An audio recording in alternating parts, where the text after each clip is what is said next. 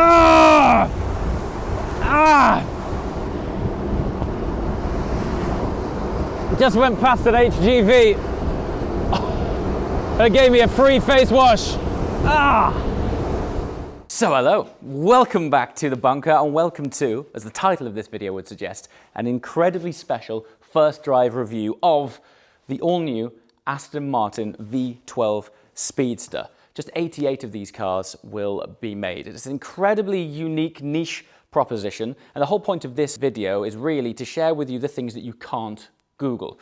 So you can go online now and find out that this is a 5.2 litre twin turbocharged V12. Cool, 620 horsepower, 555 pounds-feet of torque. But what we don't know yet is what it's like to drive a visceral, uncompromising Aston Martin, not only with no windscreen, but no roof at all. So without further ado, I think we're going to introduce you into some of the unique details, but importantly, what's this thing like to drive? First of all, join me on the interior, because for me, I think the defining feature of this is, of course, where you sit. Not only because it is one of the most beautiful interiors that I've ever seen, but the fact that there's no roof, no windscreen, it just opens up the experience. And while the car has taken inspiration from everything from Valkyrie to Le Mans prototypes of the past from Aston Martin, there's also a lot of aviation-inspired design in this car as well. Should I say, more appropriately, in this cockpit as well. Disproportionate amounts of carbon fiber on display, but also the majority of these beautiful green painted panels that you can see are also, you guessed it, carbon fiber. So it's a lightweight, ultimate driver's car. Let's just touch on these seats, the design. Now I think obviously any interior of any Aston Martin is a beautiful place to be.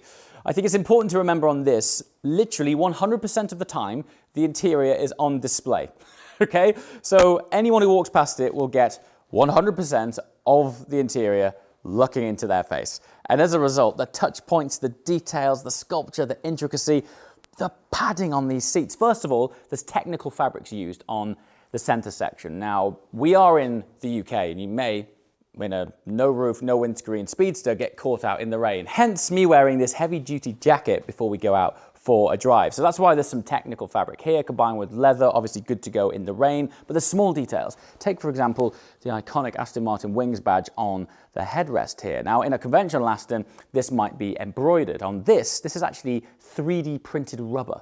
Little details, and when I tell you things like that, it sets context as to the attention that's been put on to this car. Truth be told, I don't actually know what this bridge is for. I don't know, maybe it's an aero thing. I like it, it looks cool. It provides a distinct driver and passenger zone. One benefit that it does have, whether it's by design or by chance, is underneath here, you have your sat-nav screen, your infotainment screen. Now, you wouldn't have a cat and hell's chance of seeing that thing when you're driving this in direct sunlight, but this aero bridge, if that's what you want to call it, does provide some shade over that screen so you can actually see what's going on. And that also reminds me about the fundamental platform of this car. You would be forgiven for thinking that they've kind of rebodied a Vantage, taken the roof off and whacked in a V12. However, this is an entirely bespoke platform. It is in fact a hybrid of a Vantage chassis and a DBS chassis. Price starting at £765,000 sterling, sir, and that's before optional extras. However, one of the things which you might want to consider when you're driving this car is perhaps a helmet. And where would you store said helmet, you might ask? Well, join me to one of the most unique features in the back of the car. Now check this out. Not only is there the double bubble distinct sculpture going on here, but if you join me around the rear, you might notice these distinct notches. One right there and one right there. They are specifically designed to house helmets. So you can sit driver and passenger helmets on that shelf there, and when you close it down, the contours of those glass bubbles are designed to fit your helmets exactly. So not only are they practical in bold inverted commas, but you can see them. So if you were to have the helmet sprayed to match your car, it would all tie in wonderfully. And then this actually has a much bigger boot than I thought it would. I mean, as far as impractical goes, this thing's up there. Probably 9 out of 10. Maybe 10 out of 10 in terms of impractical. But the fact that you can fit the decent sized bag, you could actually go on a decent weekend in this car, which I think would be an incredible experience. And just touching once again on the carbon fiber topic. I mean, what it takes to develop this curved glass here to fit inside this carbon canopy is a beautiful piece of engineering. And one last thing, while there is no conventional windscreen, there are these sort of aero flicks here. And it'll be really interesting to see when we're out on the road how effective that really is. Speaking of which, let's go and do exactly that. Okay, so I've rolled out of the bunker in some pretty abstract vehicles, but I've got to tell you, this is up there with the top 3 for sure. And I'll also be honest, this genre of vehicle, I don't know what you classify it as really, you've got this as a speedster, you've got the Ferrari Monza, you have the McLaren Elva. They're all niche propositions, totally unique, and really in a class and category of their own. And I have been a little bit skeptical as to where they sit until I sat in one. I mean, look at my face. The speed I'm driving right now is 11 miles an hour, and already I've just got a smile on my face. I'm enjoying it. It's a completely abstract, totally different driving experience. I just wish it was more summery. Here we go.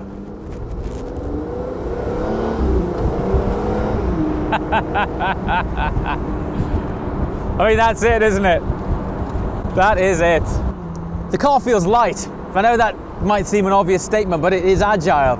It feels lighter than something like a Vantage, definitely feels more nimble than something like a DBS. And throttle response,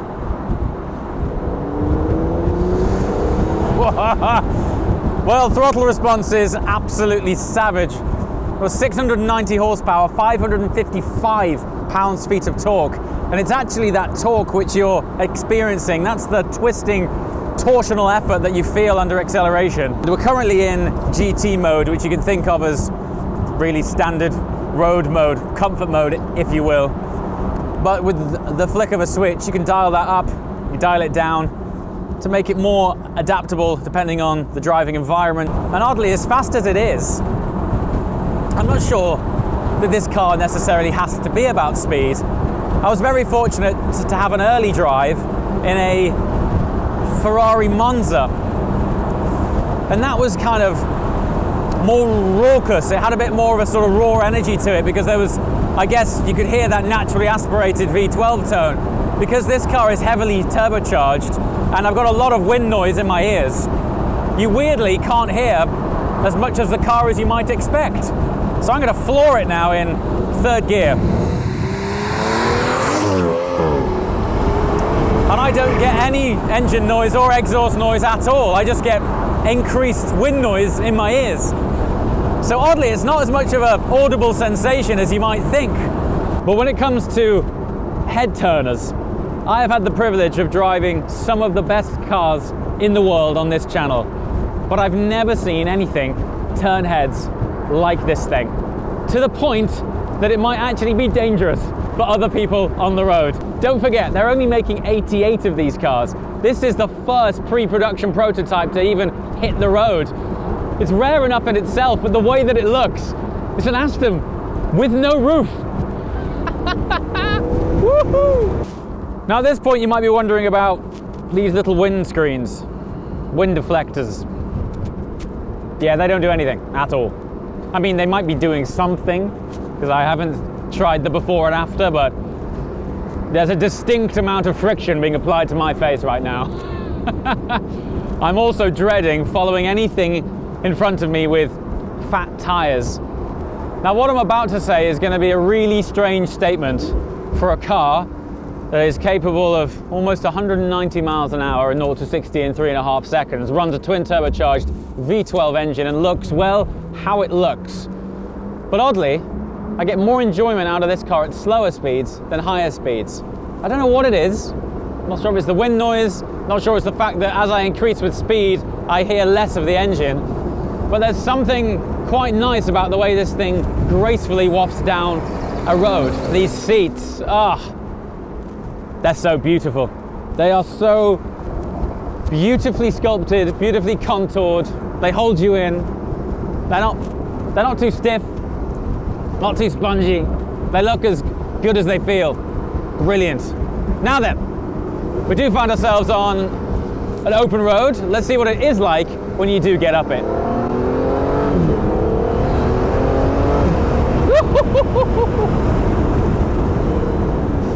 You can feel the lack of inertia in this thing. The way it turns in, the way it handles, the way it stops under braking. These carbon ceramic brakes do a great job of shedding off the speed, but what I like is the way that it feels so agile. I've got to tell you, this is one of the most unique driving experiences I've had in quite some time. It is so niche. It is probably one of the most unnecessary vehicles ever to be made. But I think the world needs more of those. We need more cars we don't need, but we desperately want. This is very much one of those cars. Some light precipitation. Now here's the other dynamic. Here's the other side of the prospect of ownership in a roofless, windscreenless car. Rain to the face. Solid plug, thankfully. Got my brand JWW sunglasses on. Link below. Here's the other great benefit. Visibility. I mean, crikey, when you come to parking, looking for your apex, just general observation of surroundings, really. It's about as good a view as you're ever going to get out of a car. Yeah, it's cool.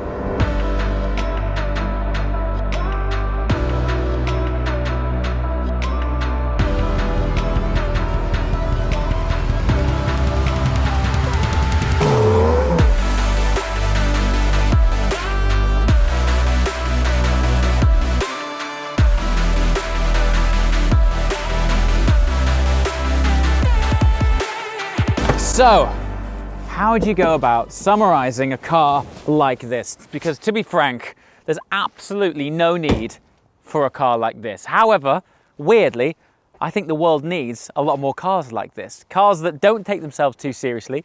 Their whole purpose is driving enjoyment, to pull on your smile glands, and to give you a good day out from your driving experience. And I have to say, the minute that I rolled out of the bunker earlier, you saw it on my face. I hadn't even left the base and my face was smiling because it was such a unique experience. That doesn't detract from the fact that it's a £800,000 unique experience and it's a, well, disproportionately niche proposition. But if you've got all the toys in the world and all the cash maybe, this thing and similar platforms could be for you. Don't know. One thing is, I want to drive it again, and that probably says more about it than anything else. As always, thanks so much for watching, and we shall see you next time. Ciao!